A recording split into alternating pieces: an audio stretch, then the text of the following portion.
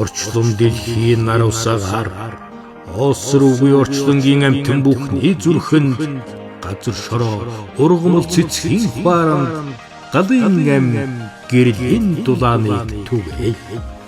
Гэрэл түгэй.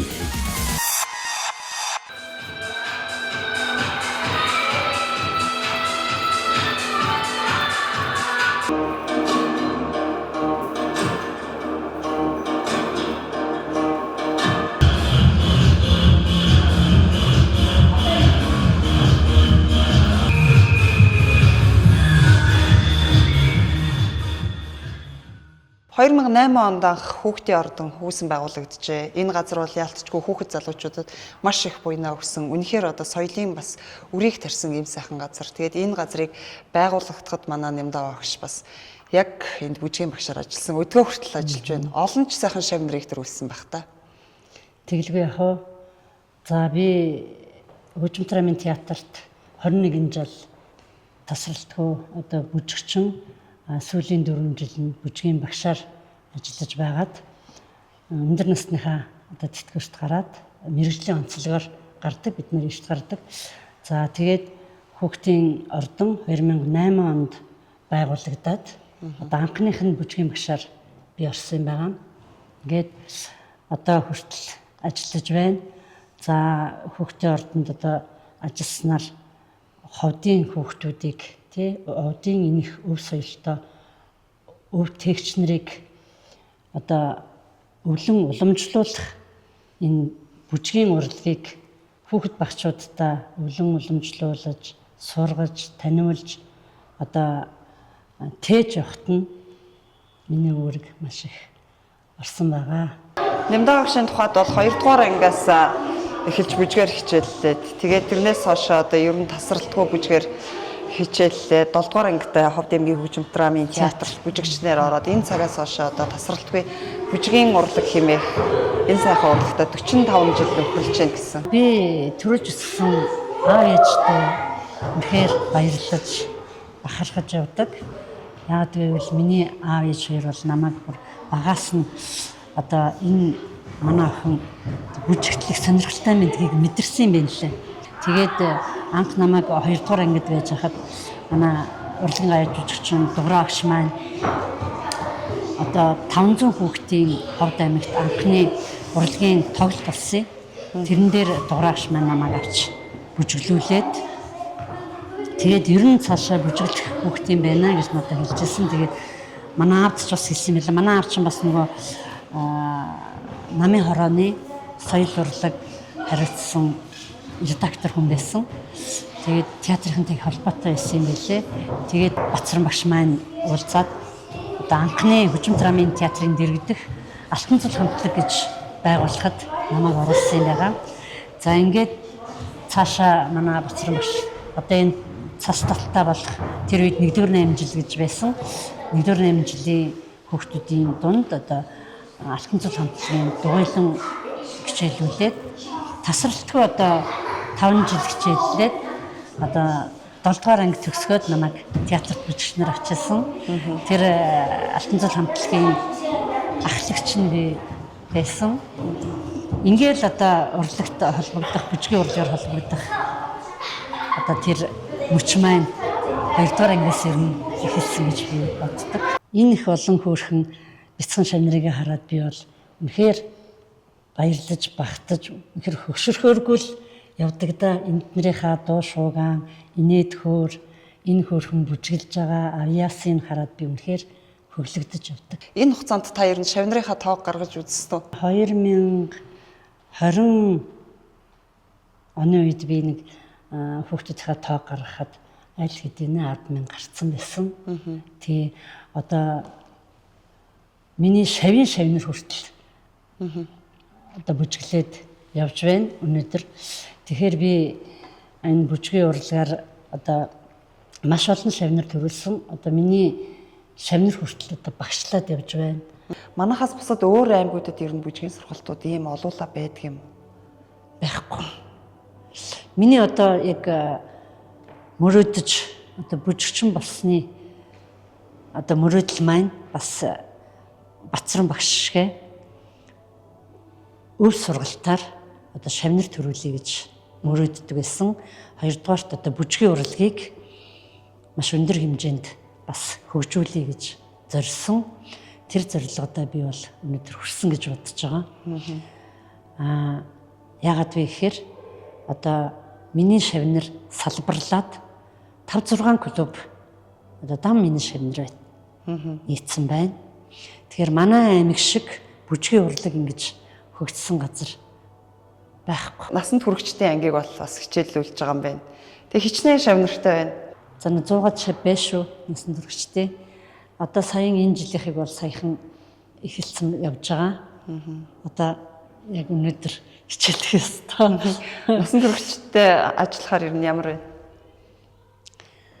Хүүхдүүдийг бодвол жоохон хүнд насанд хүрэгчтэй.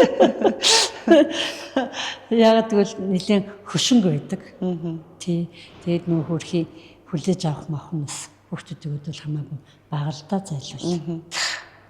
Тэгэл ямар ч хэлсэн Гэтэ хүнд хичээл зүтгэл байвал юу? Хичээл зүтгэл байвал хэдэн настай байсан ч сурч шít. Ер нь бол тийм шүү. Надад 60 гэдтэй, 70 гэдтэй, 80 гэдтэй хүмүүс бас сурчсан миний шавнар байгаа. 7 дугаар ангийн хүүхд гэдэг чинь бас их бага л байсан байна л да. Тий, 14 Тухайн үед ер нь 14 настай охин ороод ирнэ. Ямар сэтгэл төрж исэн, айж исэн үү? Би чадах болов уу, яах бол гэсэн эргэлзээ ер нь төрж исэн үү? За тэр үед одоо Айнар бит хоёр яг 1-р амжилтын сургуулиас хамт хоёлоо Бүжимдэрмэн театрын бүжигчнэр, дагалдан бүжигчнэр орж ирсэн. Тэгэл бит хоёр яг тэр өглөө яваад очиход их гоё өндөр ах эгч нар тасгал хийжсэн. Тэднийг хараад би л айсан. Тий.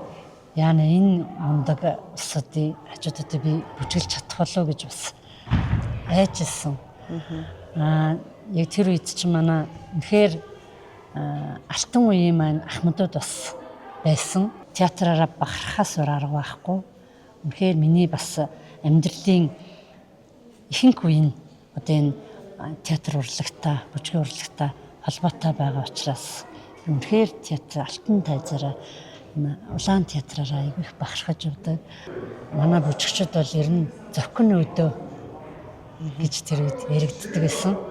Манай бүжигчид бол үнэхээр галтаа нэгэн үеийг үнэхээр гал цогтой авч явж ирсэн бүжигчид байгаа. Тэр үед хамтарч ажиллаж ирсэн үеийн бүжигчтэй айгүй их зүүдэлдэг би.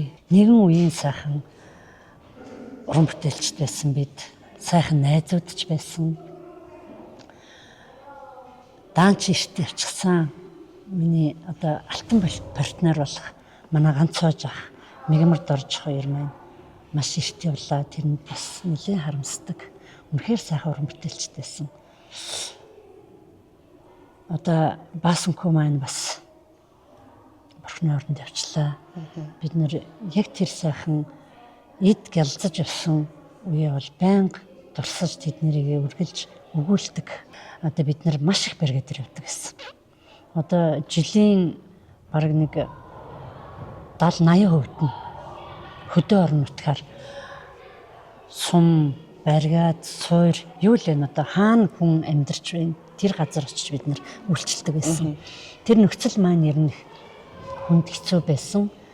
Одоо яалтчгүй мөсөн дотор бид нар таг ийм зузаан мөстэй тийм газраас тоглодог байлаа. Бид нэрийг очиход соёлын төвн одоо буудлын гэхэд буудлын таг хүүтэн тэгэл очихоор гал түлэн бөөн утаа болно.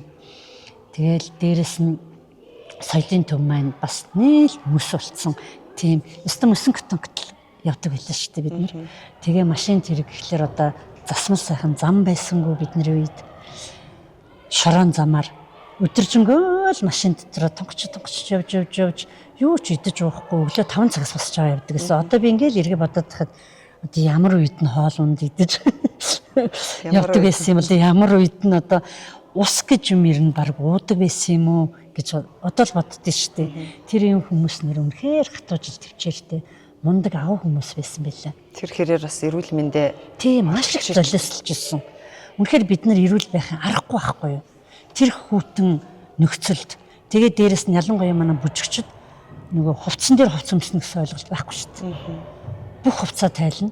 Арай гэж нэг хувцас өмсөл жоохон бүжиглээд ихнийхээ бүжигэнд гараад дулаацаал буцаж орж ирээл нөгөө ингээд таг дараацсан нөгөө хөлдсөн тэр хувцснуудаа дахиад өмсдөг. Тийм нөхцөлд явлаа. Тэгэхээр одоо бид нарын ууц нуруу бөөрний өвчин гэхээс эхлүүлээл тийм ээ үе мөч гээл өвдөхгүй байхын аргагүй тийм нөхцөлд бид нар бас ажиллаж ирсэн. Тэр нь бас одоо тэр наслахгүй байгаа эрүүл мэндийн шалтгаантай болохтой бас их холбоотой байж. Тэгэл хооллолт гэх чинь бид нар ерөөсөө өглөө үүрээр 5 цагаас босч аваад явдаг байсан. Нүдэн анаал ингээл яста хамгийн зузаан ямар л хувцас байна. Яг 9 эхэлж гардаг байлаа шүү дээ бид нар. Тэгэл 3 сарын ихээр энэ деркомерконд орцсон нэмгэн тийм хувцанд орцсон байх үед ирдэг байлаа шүү дээ. Тэгэл боддоо 60-70 хоногор сунглаа гэж тэгдэг. Тийм нөхцөлд явж ирдэг байсан. Ер нь бол баг хэдэн сараарч явждаг байсан юм шиг байна шүү дээ. Тэгэхээр тэр ард гэр бүлийн асуудал, хувийн амьдралын асуудал ер нь яаж нэг юм болж байгаа. Тэр үеийн хүмүүс агуу гэж би хэлээд байна шүү дээ. Одоо тэр үлдэж байгаа нөхөр нь, үлдэж байгаа эхнэр нь үнэхээр мундаг одоо манай Монголын ард түмэн тийм агуу сэтгэлтэй тийм ээ хүлээцтэй нэг нэгэндээ хүлээцтэй нэгэн тал одоо хийх ёстой ажил үүрэг нь нэмчин би артлын амьдралын би хариуцах ёстой гэсэн тийм мундаг ухамсартай байсан байгаа байхгүй юу. Яалтчгүй манай урлаг маш хатуу хагас зэргийн зохион байгуулалттай хатуу дэглэмтэй байлаа шүү дээ. Бидний үед бол би хүртэл одоо том бандага баргаа дээр яваад алдчихсан. Тийм. Тухайн үед үнэхээр хэцүү өөрийгөө буруутгахжсэн юм шиг үе байсан юм. Үнэхээр хэцүү байсан. Тэр үед ч нөө холбоо ярах хэдэн настай холбоо байдаг байлаа. Миний хүчин 3 наснаас өнгөрчихсэн хүүхэд байхгүй. Тэгээд яалтчгүй одоо төлөө норон биелүүлэх гэж юм. Одоо тэр жүжигийн гол орол тоглож байгаа. Тэгээд концерттай жүжигтэй бид нар ч бүх юмтайгаа явдаг байлаа шүү дээ. Баргаа дээр. Тэгэл явахаас өөр аргагүй халуурчсан манай хүүхдээс багтаж жоохон өвдөжсэн хүүхдтэй. Тэгээд тэр үедээ бас нэг ханиад төрсэн байсан юм шиг байлаа. Тэгээд халуурчсан. Тэгээд багш би явж болохгүй явахгүй гэж болдгоо мó гэсэн чинь найрлагч одоо яалтчгүй явахгүй бол болохгүй гэл. Тэгээд ээжтэй орхиод би явж ирсэн. Тэгээд бидний гараад 10 хэдэн хоногийн дараа бид нэр очисон газар болгоноос холбоо барих гэж тэр үе чи хэцүү байсан. Холбоо хүртэл хэцүү байсан шүү дээ. Шом чөлөөгүй байна. Гимтэлтэй гэл ерөөсөө ярьж болдгоо байсан. Тэгэл 12 дахь өдрөө би холбогдоход манай хүүхд өнгөрсөн байсан. Тэгэл зүгээр өмрөөл явцсан. Тэгэл тэр өдрийн өнгөрөөд яг тэр өдрөө өнгөрсөн байсан. Өнгөрөөд бүр гаргацсан байсан бэл. Намайг яваад угаасаа удалгүй тэр нөгөө халуурлалтанда хүчнөө даагаагүй өнгөрсөн байсан бэл. Үнэхээр хатуу байна тий. Үнэхээр хатуу. Үнэхээр хүнд байсан. Тэр өдрийн тоглолт хаагдсан. Тэгээд маргааш нь бид нар авч явж байсан манай ахлагч маань яах вэ одоо буцах уу яах вэ гэж надаас асуусан. Тэгээд би нэлээд бодсон. Бид нарт нэлээд холж гараа явцсан байсан. Тэгээд одоо энэ их олон хүний ажил амьдрал энэ байгууллагын ажлыг бас одоо унгаж болохгүй гэсэн ер нь л бол их л тийм ажлын л төлөө төрсэн тийм л сэтгэл бид нарт байт юм байт. Манай урлагийн төл. Тэгээд тоглолтоо үргэлжлүүлсэн үү? Тэгэл маргаашсан эхлээд тоглолтоо үргэлжлүүлээ гэсэн. Тэгэл яг хугацаанд дуусгаж ирээл ихтэй ирээл хэдэн өдөр би айгүй хүнд байсан надад. Сэтгэлч болтдог. Одоо тэгээ хиндэж гомдоход. Бид нар бол тэр болгоныг өндөө даван туулж өнөөдөр хүртэл явж ирсэн. Би бас аавыгаа өнгөрөөд гаргаагүй яж хахад би тоглолтод орчихлоо. Гэх мэтлэнгээл манай ганцоож ах бас аавыгаа алдчихал. Цаашаа арж уйлаад бид нар уршаа хараад зэрэгтэл рүү үзэгчтэй хүндлээд бид нар инээдэг. Бидний яалтчгүй ажил мэрэгжил юм даа л гэж боддог. Айсан дээр гарахтаа уршаа харж зэрэгтэл рүү гарч хүмүүсээ хүндлээд бид нар инээдэг. Ороод нулимс хүрсдэг. Ер нь бол их л хатуужил төвчээртэй хүмүүс байд юм билээ манай урлагийнх нь. Би бас энэ хөлөөг имтээчээд ийм хавдартай бүтэн сар тоглолтоор яваад ирчихсэн. Тэгэхээр одоо ингээл эргээд энэ ажлаа ингээл бодоод энэ амьдралаа тий болж исэн процессоо ингээд эргээ бодоход маш их хатуужил төвчээртэй хүн юм байл би. Ер нь бол ингээд амьдрал дээр хараад байхад яг эмэгтэй хүн л бол ерөөсөн маш их хатуужил төвчээртэй бүх юмыг болгохын сон за энэ болохгүй юм байсан ч болгохын төлөө төрсэн хүмүүс ерөөсөө их хүн байт юм л. Хизээ амьдрал зохиосон бэ? Хань жил гэр бүлийнхээ тухай ярихгүй юу? За би 1999 онд Доржийн Цэвдэрж гэдэг чандамны залуутай гэр бүл болсон. 3 сайхан ногоон мөр гаргасан. Тэгээд одоо манай залуучууд маань том болцсон. Бүгд бие даагаад ажилтаа, амьдралтай манай баг банд маань өнгөрсөн жил 12 дугаар төгссөн. Сурч байгаа. Давхар ахтайгаа ажиллаж байгаа. Би ер нь бол ажлаа нэгдүгээрт тавиад амьдралаа ер нь хоёрдугаар тавьсан хүн юм болов гэж одоо л боддөө шүү дээ би. За тэгээд ёстой л миний ард хүүхдүүдийг минь харж би ч гарах л үүрэгтэй гэлээ шүү дээ ер нь бол. Төрүүлэл үлдээгээд төрүүлчихэл тэгэл ягаачгүй л ажилдаа ордог тийм хүн байлаа. Тэгээд одоо миний ард үр хүүхдүүдийг минь өсгөж амьдралаа бас авч явж ханигаа ойлгож тий явж исэн чамдаа үнэхээр баярлдаг шүү. Одоо буруу зөрөө бас ааш араншин гаргадаг байсан бол намайгаа уучлаарай гэж бас хандаа хэлмээр байна. Одоо хүн л юм болсон тийм ээ. Бас амьдрал чинь ирэнтэй бранта сайхан байх үедээ сайхан байсан. Бас болохгүй бүтэхгүй би бас байсан биз битэрээд. Эмэгтэй хүн миний бодлоор бол одоо дотроос л маш их гэрэлтэх хэвээр юм болов гэж би боддгийг. Дотроо их зөв тий бодол нь хүртэл зөв, үйлдэл нь хүртэл зөв тий сэтгэл санаа нь хүртэл зөв ийм байжээч одоо дотроосоо гэрэлтэн нэгдүгээрт. Хоёрдугаарт яалтчгүй хүн эмэгтэй хүн бол өөртөө цаг зав бас гаргаж өөрийнхөө төлөө одоо эрүүл мэндэд анхаармаар юм байлээ. Үр хүүхдүүдээ эмэгтэй хүний л гарт бүх юм байдаг гэдэг ч тий. Тэгэхээр нэгдүгээрт одоо ээж хүн тэр гэр бүлээ эрүүл сарвал зөв төлөвшөлтөө дотроос нь гэрэлтүүлэх хэмээг эмэгтэй хүн л ирнэ хийдэг юм байна да. Тийм учраас эхлээд өөрөөрөө үлгэрлэх нь зөв байх гэж би боддог. Монгол бүжгийн гайхамшиг, Монгол бүжгийн хамгийн одоо агуу сайхан зүйл нь юу вэ? Таны хувьд? Намб, маняар маш намблаг.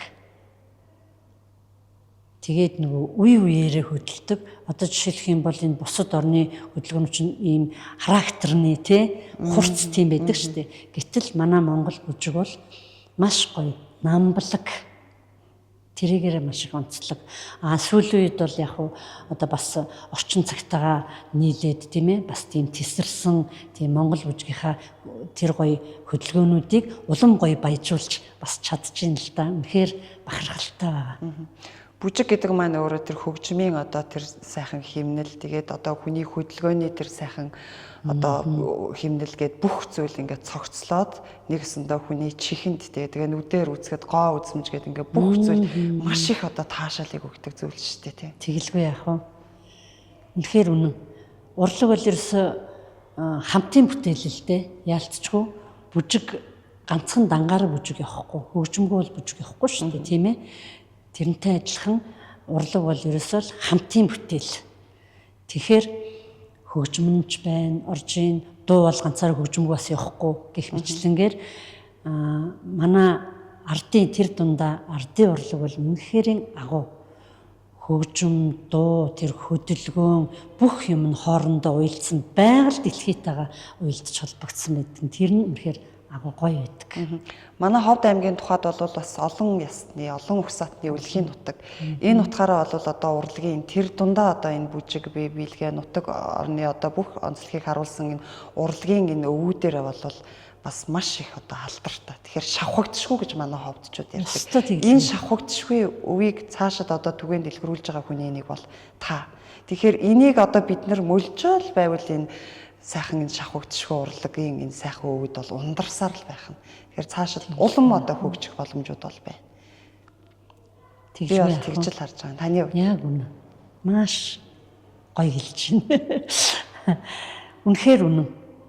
Хизээч дуусахгүй, дундрахгүй манай ардын урлаг бол.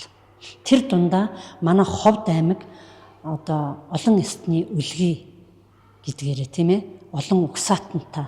Тэгээ угсаатан болгон өөр өөрийн онцлог. Жишээлх юм бол биелгээ гихтэл одоо торгуудч чинь яг өөрийн давтагдахгүй нөгөө төлтөйгаа тийм ээ. Загчин гэх чинь бас ерөөсөө давтагдахгүй. Одоо эд бид нарыг бүжигчин болцсон байх үед ер нь бол хаягдсан байсан шүү дээ. Одоо энэ сүүлийн үед харин сайхан сэргэж байгаа нь үнэхээр бас багтууштай. Тий. Энэ өв соёлыг одоо дэлхийн нийтээрээ ер нь өөрсдийнхөө өвийг бас их хадгалж хамгаалж сурталчилдаг болчиход байна шүү дээ. Та бүхэн ярилцлагын цаг бас төхөж байна. Тэгээд энэ сайхан олон ястан иргэдийн дунд те жинхэнэ одоо соёлын өрийг цаашаа түгээн дэлгэрүүлж явж байгаа. Нэг ёсондоо жинхэнэ одоо гэрэл түгээгч гэж бид нар бас таныг харж сонгосон. Тэгээ өнөөдөр манай гэрэл түгээн нэвтрүүлгийнхээ зочин хойморт бол таныг бас урьж оролцуулсан юм аа. Ховд аймагта баруун бүс нутагта гэрэл гэгээ түгээж энэ соёлын үрийг тарьж суулгаж хөгжүүлж явж байгаа их хөлсд чин өндрөөс өндөр амжилтыг хүсье өрөө. За баярлалаа. Энэ сайхан нэвтрүүлэгт намайг урьж оролцуулсан танай хамт олонд маш их баярлаж байна. Үнэхээр гоё нэвтрүүлэг байлээ. Би бас нөгөө гიშгэн найзынхаа яг нэвтрүүлгийг түрүүн харсан. Тэгээд ямар гоё нэвтрүүлэг вэ гэж харчаад яг тэрний дараахан удалгүй би таяртай таарлцсан. Тэгээд аюу бэлгшээсэн. Тэгээд таарын одоо ингээд санал тавихад амар бэлгшээсэн. Баяртай хүлээж авсан. Ингээд танай хамт олонд ийм сайхан одоо нэвтрүүлэг өшөө улам өргөжүүлээд өшөө олон сайхан хүмүүсийг гэрэл түгээ нэвтрүүлэгтээ урьж оролцуулаасай гэж хүсэж байна. Цаашдын ажилд нь улам их өндрөөс өндөр амжилтыг хүсье өрөөё. За баярлалаа танд.